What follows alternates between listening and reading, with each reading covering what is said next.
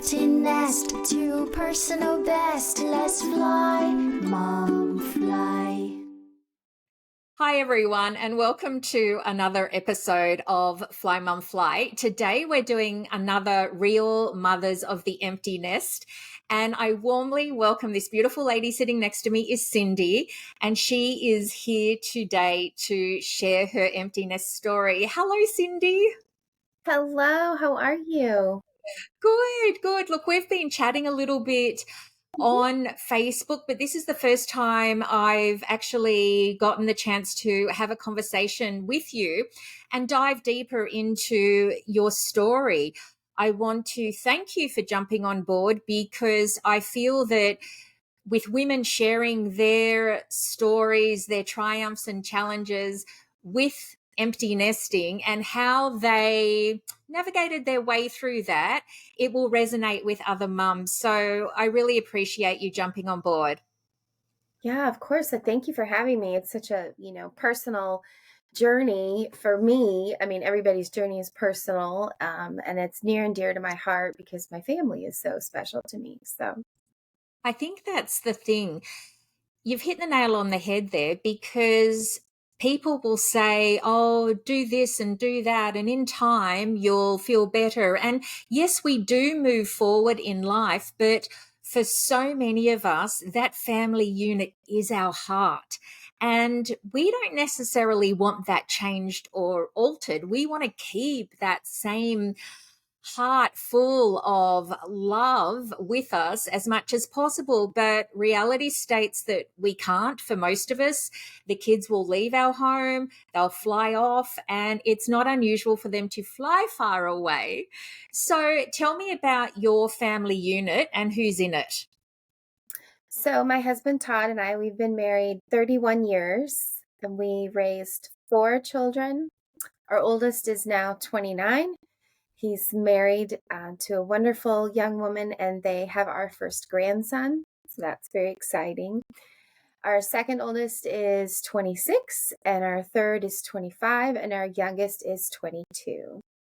Right. Okay. So you had them all within a decade. That must have been full on focus in those first years, in the first It was a 10 so, couple of or so years years. of we were just in sweatpants on the floor for a couple of years there. Yeah. Because you kind of have to. You can't, well, from remembering the days for me, I was kind of in a daze just Yes. working through it and so focused on what they needed that you are just going through the motions until one day things seem to be at a new level of normal. And it's like, oh, okay, yeah, this is pretty good. I know what I'm doing now. I've had a year or so of practice. I think I can I think I can follow through with this gig. So you raised 4 children. So tell me about life with the kids growing up in your family. What does that look like? So I was a teacher prior to having the kids, but once our oldest was born, I became a stay-at-home mom. So I was home with them. They became my primary focus. And when we had all four in 6.5 years. So it was like, where was I going to work anyway for that kind of childcare? So that was great. We go through the school years, it's kind of the golden years. They're self-sufficient. Maybe I've got some time to myself now. And I started working, I did a company called Creative Memories, and it was like scrapbooking, Yep. teaching other women how to preserve their memories. And I was a leader in that for 11 years. I loved it. I loved having that outlet that I could work on my own time. And the kids were busy, right? And when you have four, you can't, we had kind of a rule. We want you to be in something, but maybe pick one thing at a time, like, so that everybody has a chance to do something. So we went through various sports. The boys pretty much primarily did baseball. The girls did some gymnastics, and then they all got into music. So our oldest did the worship band scene. He was self-taught basically every instrument in the band. So I was running around different places, different churches in town, helping him get to there. And then he got a driver's license and a car.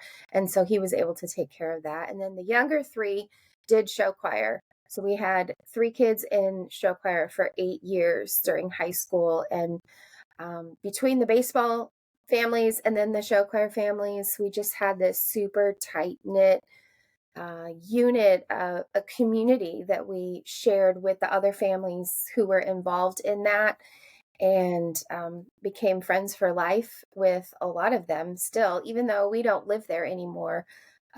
That they're still really special to us, and those memories are very special. So, one by one, they graduated. You're going to keep going on about that part, how we rolled into Yeah. empty net? Yeah, yes, please. So our oldest we lived in Omaha, Nebraska, and our oldest went to Creighton University in downtown Omaha. So he was like 30 minutes away. It was good. It was a weird, that first one that goes away is weird transition for everybody. But it was okay because he was only 30 minutes away. Yeah. My next one went to a performing arts college in Southern California. Right. So that, if we drive it, is a 27-hour drive. So Yikes. it's really far from home. And it felt like the other side of the planet because at the time we didn't really have the finances to just be able to jump on a plane and go see her if there was an emergency or bring her home. Like, it would have been a real burden. So it felt like 27 hours away. And the thing that made it okay is that she was so happy. Mhm. She was doing and thriving and doing what she loved. And so that did make it okay. But that was huge transition. Number 3, she went to a small Christian college in Northwest Iowa. She was only 2.5 hours from home, which felt like nothing by comparison. I was so happy to have her within my arm's reach for those, unknown whatevers that would happen. It was good. And she also thrived and loved where she was. So that made it easy. Then came our 4th, and a life change for our family. My husband decided together, we decided that he would take his career to a new state after graduation. But then it kind of creeped into before. So for our Tyler's junior and senior year, my husband was commuting 9 hours from Colorado Springs back to Omaha all the time. He never missed a competition. He never missed, a performance, anything big that was going on in his life.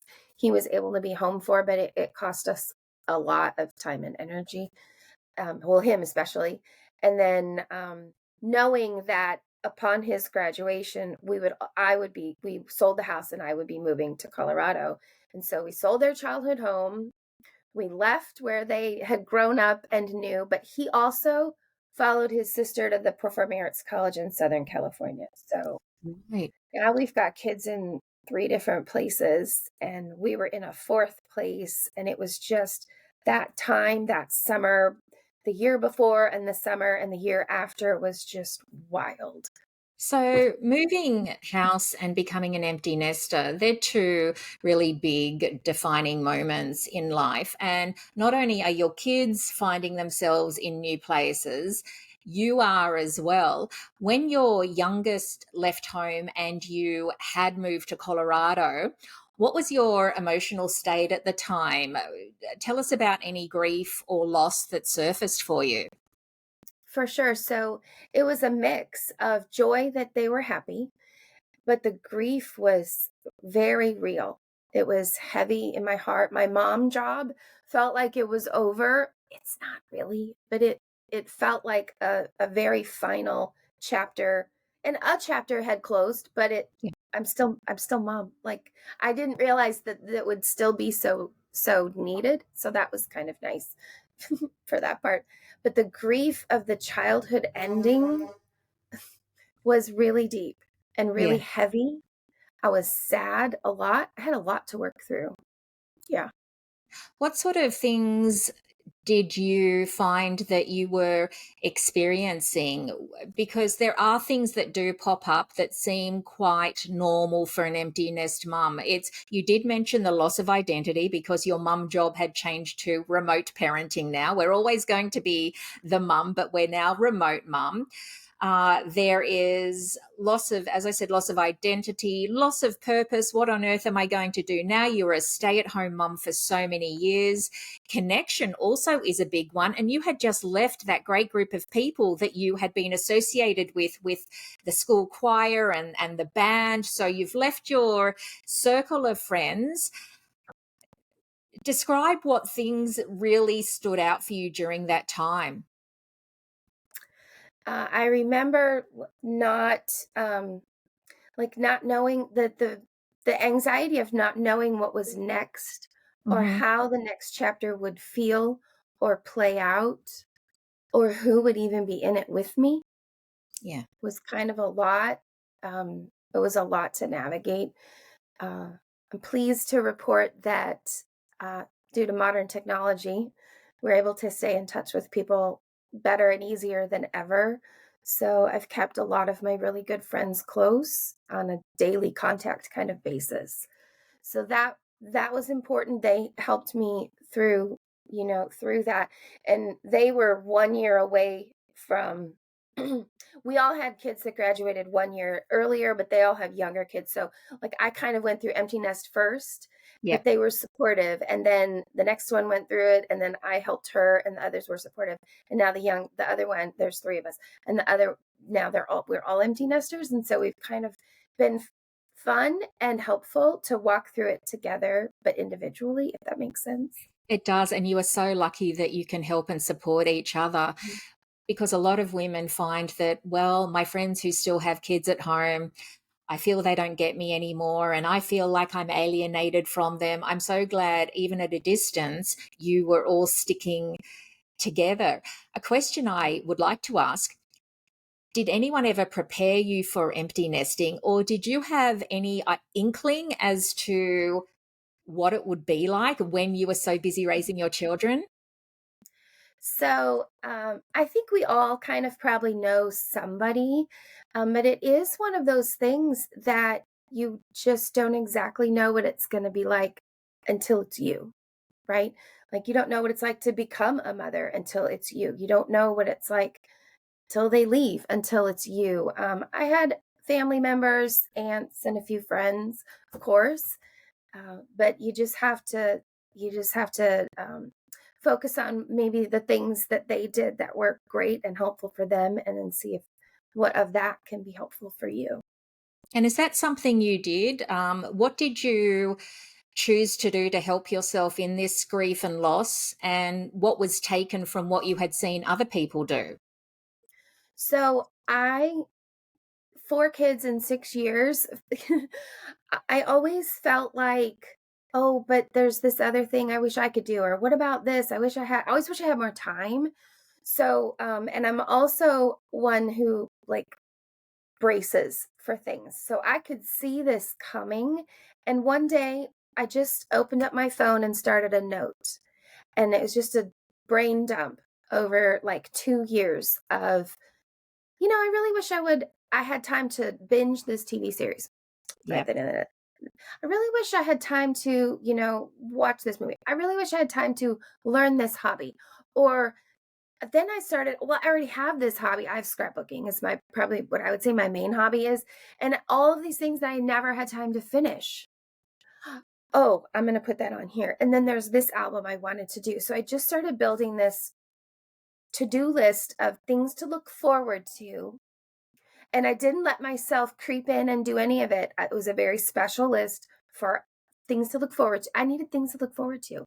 There was some travel on there, things that places we wanted to go, um, and to grow my business over the course of time. After the scrapbooking thing, I actually opened a travel agency, became an agency owner. So I also had business goals that I wrote on that list for now that I'm not going to be in the chaos of senior year and I can focus more on the business. I was able to put those things on the list as well. And having the confidence, sort of trembling confidence as you go forward, at least I had some things. I felt like I still had purpose, just a shift in what it was. That's probably one of the best things I have ever heard in relation for planning for this phase. Tell me, did you find that your relationship with your husband changed, or did your perception of it change? Did you think, oh, hang on, you're actually just a man in your own right? It's not dad anymore. Tell me how the relationship altered or not once the kids left home? So this is something that we actually talked about all through the years, paying attention and being intentional about our relationship in general. And we talked about, because he was in Colorado for those 2 years, we had to work really hard at our communication, like over the phone and over texting, because primarily that's all we had. And then he would come home and then we get to be in person, which was wonderful. So we just worked really hard at the same kind of intentionality of you hear the heartbreaking stories of couples who go to the emptiness stage and then realize maybe we don't even know each other anymore. And we desperately didn't want that to be us. So we worked really hard at that, especially in the years prior, leading up to it.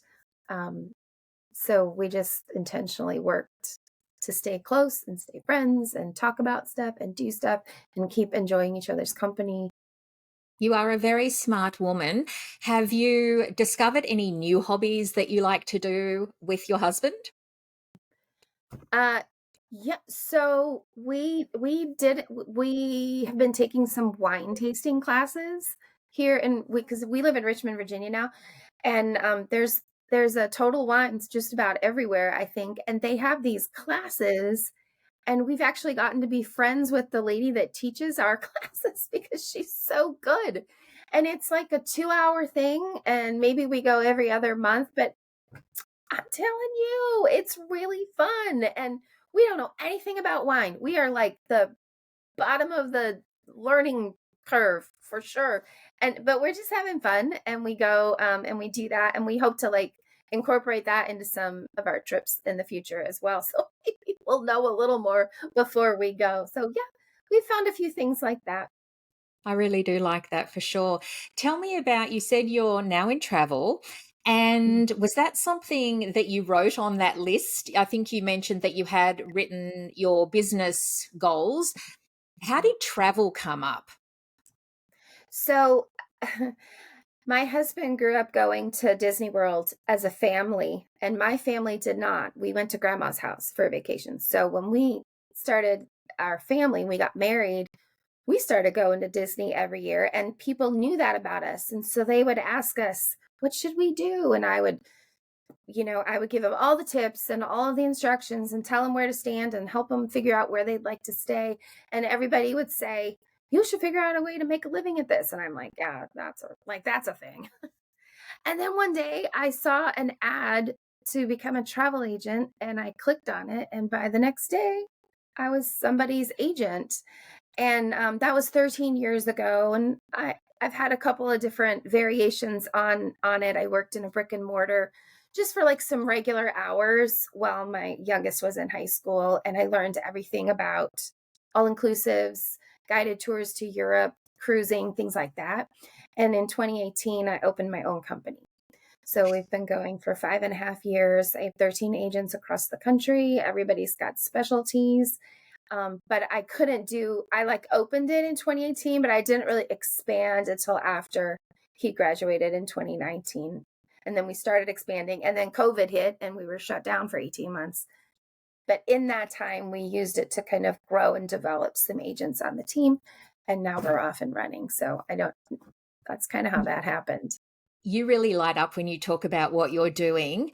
What boxes does it tick for you?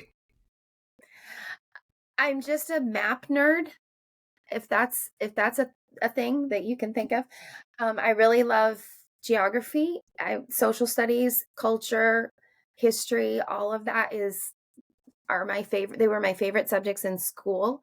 So it feels like play to me when somebody wants to go on a cruise around the Mediterranean. I'm like, ooh, where are they going to go? They're going to stop here. You can go to Ephesus if you stop in this place, and you can go visit the ruins. And I just love the constant learning that it is. And then helping people do it well. I like to teach them, my clients. So that's the teacher background in me. I like make sure that they know all the things they need to know. And there's a lot. Sometimes we don't even know what we don't know. And I like to be the one to kind of step in and make sure that everything goes as smoothly as can be on their trips. Did you ever have any idea that you would grow to now have 13 agents across the country? Oh my gosh, no. If you like, when I was a kid, I used to be a gymnast, and I used to say to people, don't give me a microphone. I will do bounce beam in front of 10,000 people before you get me to say one word or talk to people about stuff. And now that's all I do. I talk to people all the time about stuff.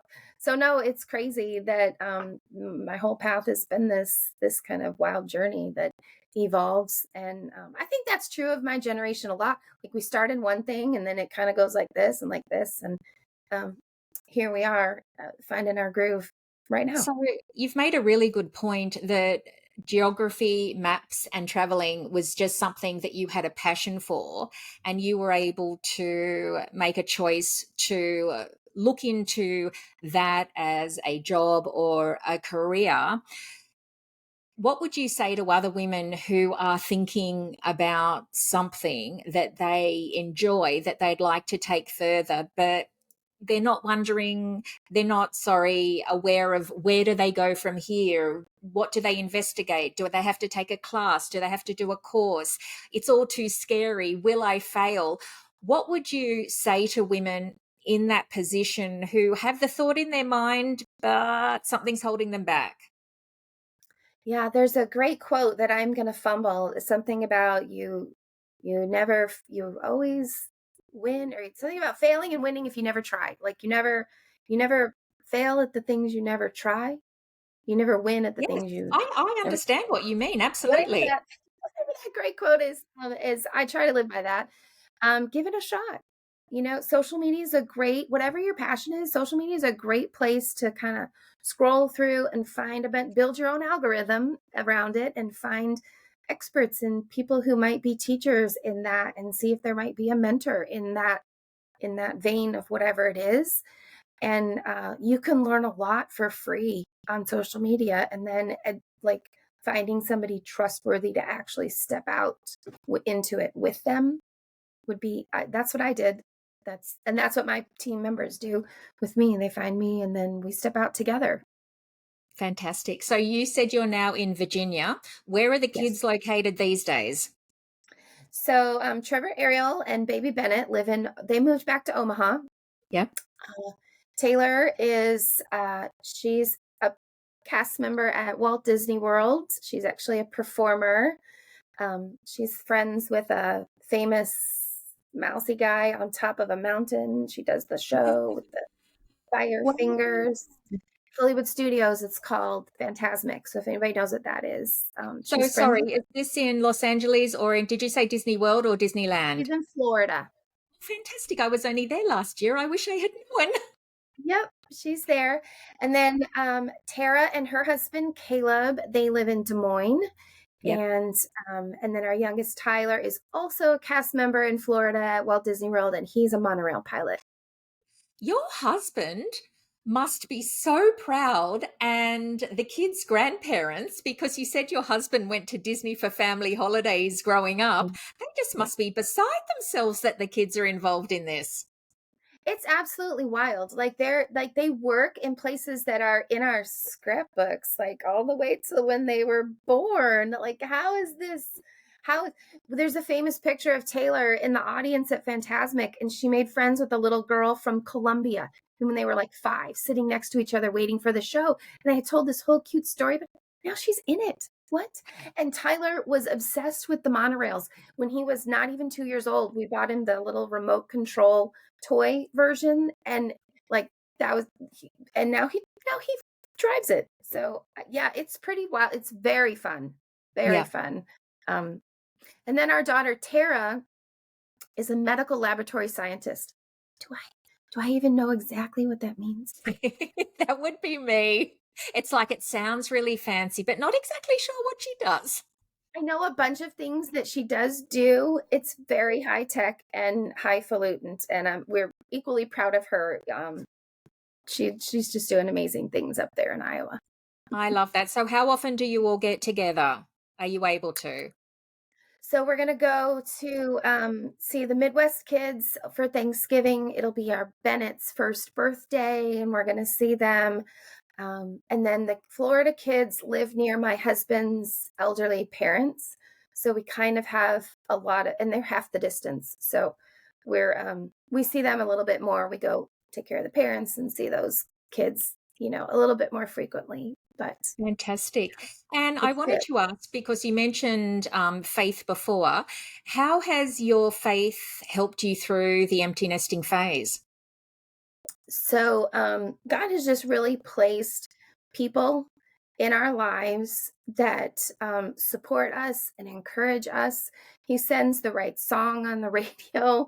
Yeah. Uh, encouraged. Oh, I forgot to say another thing that I did not plan to do, but I did do that was helpful was I think that volunteering is a really good thing to focus on in the empty nest. And one thing that I felt God asking me to do in our new church in Colorado Springs was to start a MOPS group. They What's did not have MOPS is Mothers of Preschoolers. So it's really birth to kindergarten age, and it's a thing that I did when my kids were that age, and I loved it, and it was a place of connection. And then there are mentor moms that are kind of more my age now. So I was in the mentor mom space at that point, but they didn't have it. They didn't have anything for the young moms in our church. So I was like, I mean, okay, I don't know anybody. I just got here. God, you're going to have to bring a team together. So we spent all of 2019 and 2020 school year building our leadership team. And then we launched in the fall of 2020 in COVID. We launched a little bit like October, Yeah. and they're still going. We moved away, but those ladies are still going. And I see their little friendships blossoming, and their little babies are now preschoolers, and they're just growing up, so fast. And while I was grieving and missing those days, here I was able to pour into the moms who are in those days. And it gave me such purpose outside of my own grief. I Yeah, totally agree with find you. something to And volunteer. yeah, I definitely agree with you. The post nest plan is heavily focused on being of service, and I think that's the best way to go. Cindy, can I ask you, if you had one bit of advice to offer an empty nest mum, what would that be? I would say make a list. Make a list of things for you, things you want to do that you've been putting off. Put some self-care items on there. Maybe you want to be, maybe you like pedicures and okay, now I'm going to go do that once a month or whenever. Um, and put some things to look forward to on your calendar. Some things, either you and a friend, you and your your spouse, your mate, having things to look forward to and having things to treat yourself with. And to know that it's okay. I think it's okay to be sad and to grieve it. Work Yeah. through that. Don't camp out there and stay there. uh, and if it takes a little longer than you think, don't be afraid to reach out for help is great. Very wise words indeed. You have been so delightful to chat to. You're a lovely person. And I want to thank you very much for joining us today. Thank you. And thank you for the Facebook group and the community that you're creating there. I just love it. And I'm I'm a couple years farther down the road, but I wish I would have had that when I was walking through it. It's just such a unique time for moms. It's like a sacred thing to walk through and to do it so well. So thank you for the space here to do that for all of us.